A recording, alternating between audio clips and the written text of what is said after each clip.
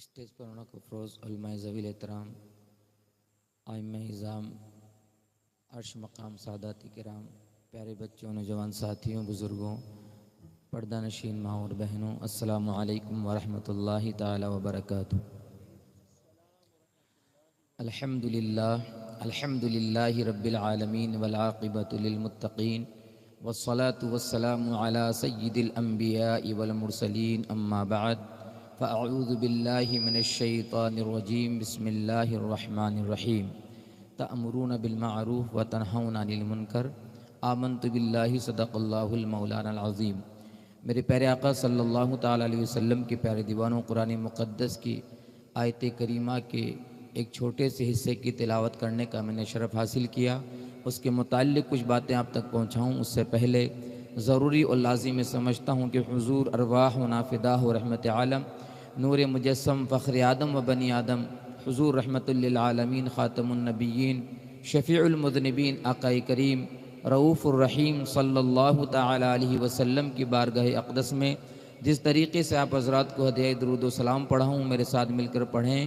الصلاۃ والسلام علیک یا رسول اللہ، الصلاۃ والسلام علیک یا حبیب اللہ، الصلاۃ والسلام علیک یا نبی اللہ، وعلی آلک واصحابک یا نور اللہ صلی اللہ تعالی علیہ وسلم۔ میرے پیارے آقا صلی اللہ تعالی علیہ وسلم کے پیارے دیوانوں، آقا کریم صلی اللہ علیہ وسلم کی ولادت باسعادت کو 1500 سال ہو چکے ہیں۔ میرے آقا کو دنیا میں تشریف لائے ہوئے 1500 سال کا عرصہ ہو رہا ہے۔ اب جو میلاد النبی آئے گا وہ 1500 سالہ میلاد ہوگا۔ 1500 سال حضور کو تشریف لائے ہو گئے، اور کئی سالوں سے ہم سنتے آ رہے ہیں کہ میرے آقا صلی اللہ علیہ وسلم نے ارشاد فرمایا، جس کسی کے سامنے جب میرا نام لیا جائے وہ مجھ پہ درود نہ پڑھے تو اس کی ناک خاک آلود ہو۔ ہم آپ کو درود پڑھا رہے تھے۔ میری عادت نہیں کہ میں آپ سے کہوں جھوم کے پڑھو، مچل کے پڑھو، یہ عشق کی بات ہوتی ہے۔ جب نبی کا نام آتا ہے تو درود اپنا آپ زبانوں پہ آ جایا کرتا ہے، اور جب زبان پہ درود آتا تو مدینے کی حاضریاں ہوا کرتی ہیں۔ پھر زیادہ کثرت سے درود ہوتا تو بندہ سوتا جے پور میں ہے، مدینے کے سرکار خود خواب میں تشریف لاتے ہیں۔ 1500 سال کا عرصہ ہونے جا رہا ہے۔ ہمیں ہر بار آپ سنیوں کو یہ کہنے کی ضرورت پڑتی ہے کہ آپ مچل کے درود شریف پڑھیے۔ آقا کے نام پہ ہمیں دعوت دینا پڑ رہا ہے، حضور کے درود کے لیے ہمیں کہنا پڑتا ہے۔ حضور علیہ السلام کا نام آئے تو انسان جان قربان کرنے کی بات کرتا ہے۔ یہاں تو ہمارے لب بھی نہیں ہلتے۔ آیت درود نازل ہوئی ہے، آپ اندازہ لگے میں اس ٹاپک میں نہیں جانا چاہتا۔ میں یہ نہیں کہتا ہم نے پڑھایا تم نے نہیں پڑھا۔ جب بھی کوئی خطیب آ کر آقا کریم علیہ السلام کا نام لے تو ہمیں مچل کر حضور کے نام سنتے ہی درود مبارکہ پڑھنا چاہیے۔ میرے آقا نے خود ممبر پر کھڑے ہو کر ارشاد فرمایا کہ حضور علیہ السلام جب چڑھ رہے تھے ممبر شریف پر اور جبریل امین علیہ السلام آپ کے پاس تھے، حضرت جبریل نے بددعا کی، حضور نے آمین فرمایا تھا۔ اور کون تھی وہ لمبی طویل حدیث ہے، اس میں یہ بھی بات ذکر تھی کہ جو حضور کا نام سنے درود نہ پڑے وہ ہلاک ہو جائے اور برباد ہو جائے۔ پیارے آقا علیہ السلام کے پیارے دیوانوں، 1500 سالہ میلاد منانے کے لیے جا رہے ہیں، اور ایک لمبا عرصہ ہو گیا شہیدان کربلا کا ذکر سنتے ہوئے۔ ہمیں کربلا کے میدان سے کیا پیغام ملا ہے، کیا میسج ملا؟ امام حسین نے قربانی کیوں پیش کی، اپنی زندگی کیوں اللہ کی راہ میں قربان کر دی، اس چیز کو ہمیں سمجھ کر اٹھنا ہے۔ قرآن مقدس کی جو آیت میں نے آپ کے سامنے پیش کی، اللہ نے ہر مومن کو ذمہ داری دی ہے، تأمرون بالمعروف وتنہون عن المنکر کے تحت، کہ جب بھی کوئی برائی دیکھو اپنے ہاتھ سے روکو، برائیوں کے روکنے کی کوشش کرو، نیکی کی طرف لوگوں کو بلاؤ۔ آج لوگ برائی کو دیکھ کر برا نہیں سمجھتا ہے۔ آج آدمی اگر نیکی کی دعوت دے اس کے قریب کوئی نہیں جانا چاہتا ہے۔ پیارے آقا علیہ السلام کے پیارے دیوانوں، شہیدان کربلا کی اس محفل میں آنے والوں، ہمیں اپنی زندگیوں کو سنوارنا ہے اور شہدائے کربلا کے نام پر اپنی جانیں بھی قربان کرنا ہے۔ نعرہ تکبیر، نعرہ رسالت، نعرہ رسالت شہزادہ غوث اعظم حضرت علامہ سید محمد قادری صاحب قبلہ۔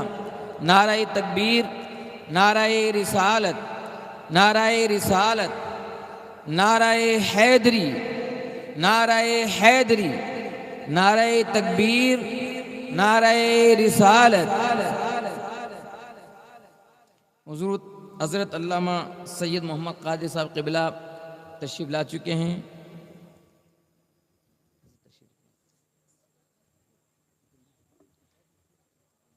ایک بار درود شریف پڑھ لیں۔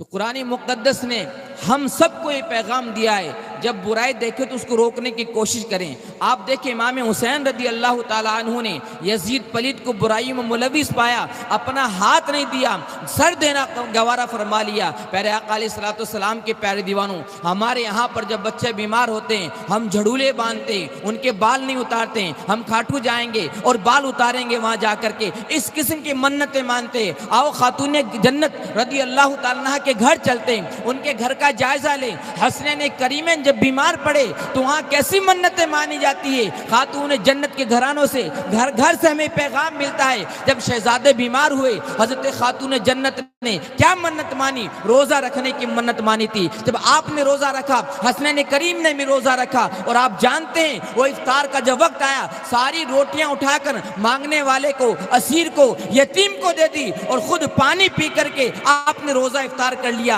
امام حسین کی زندگی سے ہمیں یہ پیغام ملتا ہے، اگر کوئی مومن بھوکا ہے، اگر کوئی انسان بھوکا ہے تو اپنے لقمہ اسے دے کر، اپنی روٹی اسے دے کر حسینیت کو بھی زندہ کرے اور پیغام کربلا کو بھی زندہ کریں۔ یہ پیغام کربلا سے ہمیں دیا گیا ہے۔ آج تو ہم لوگوں کے ٹکڑے خود چھین لیتے ہیں، لوگوں کے مال پہ ڈاکے ڈالتے ہوئے نظر آتے ہیں۔ امام حسین سے محبت کرنے والوں، آج یہ پیغام لے کر کے جائیں۔ ہمارے بچے بیمار ہو جائیں، ہم منت یہ مانیں گے، ہم 2 رکعت نفل نماز ادا کریں گے۔ ہمارے بچے بیمار ہو جائے، ہم منت یہ مانیں گے، حضرت خاتون جنت کے کردار کو اپناتے ہوئے، ان کی سنت کو زندہ کرتے ہوئے ہم روزوں کی منت مانیں گے۔ یہ کیا رکھ لیا کہ بچے پیدا ہو گئے، اب جھڑولا باندھ دیا، اب 6 مہینے تک اس کے بال نہ کٹائے جائے، وہ فلاں درگاہ پہ جا کے بال کٹائے جائیں گے اور 10 کوئنٹل کی لاسی بنائی جائے گی، یعنی 2-3 لاکھ روپے خرچ کیا جائے گا، وہ بھی قرض لے کر کے۔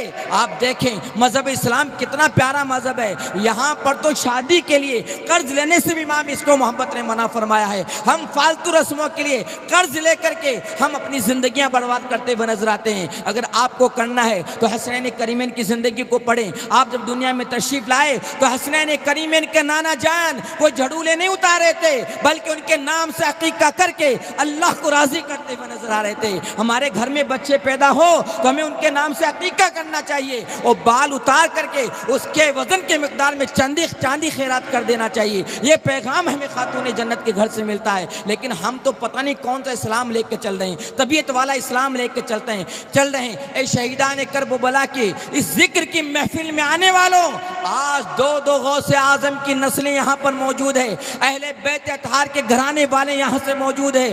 آل رسول جو آپ کو پیغام دے اس پر عمل کر کے ہماری آپ کی زندگیاں نہ سدھرے تو میں کہتا پھر ہمارا آنا یہاں پر کامیاب نہیں ہے۔ ان آل رسول کے پیغام کو سن کر اپنی زندگی بھی سنوارنی ہے، اپنے گھروں کو سنوارنا ہے، اپنے آنے والی نسلوں کو دیندار بنانا ہے۔ جیسا کہ آپ نے دیکھا حضرت شہزادہ محمد علی سید محمد علی صاحب جو شہزادے ہیں، حضرت سید محمد قادری صاحب کے ایک ننھے سے سید ہیں جنہوں نے اتنی پیاری نعت پڑھی۔ وہ نعت ان کے بچے کی نعت دیکھ کر کے، ان شہزادے کی نعت سن کر کے اپنے دلوں میں آپ یہ کشش پیدا کریں، ہم اپنے بچوں کو بھی نعت پڑھنا سکھائیں گے۔ سنی دعوت اسلامی کا مقصد بھی یہی ہے۔ ہم کہتے ہیں نا خربوزے کو دیکھ کر خربوزہ رنگ بدلتا ہے، تو آپ اس ننھے سے شہزادے کو دیکھ کر اپنے بچوں کو نعت پڑھنا سکھائیں، ننھے بچے کو تقریر کرنا دیکھتے ہوئے اپنے بچوں کو تقریر کرنا سکھائیں۔ اور یہی پیغام ہے سنی دعوت اسلامی کا، اور یہی پیغام کربلا والوں کا ہے کہ جو سیکھو دوسرے کو سکھاتے چلو اور دیے سے دیے کو جلاتے چلو۔ وما علینا الا البلاغ۔ السلام علیکم ورحمۃ اللہ۔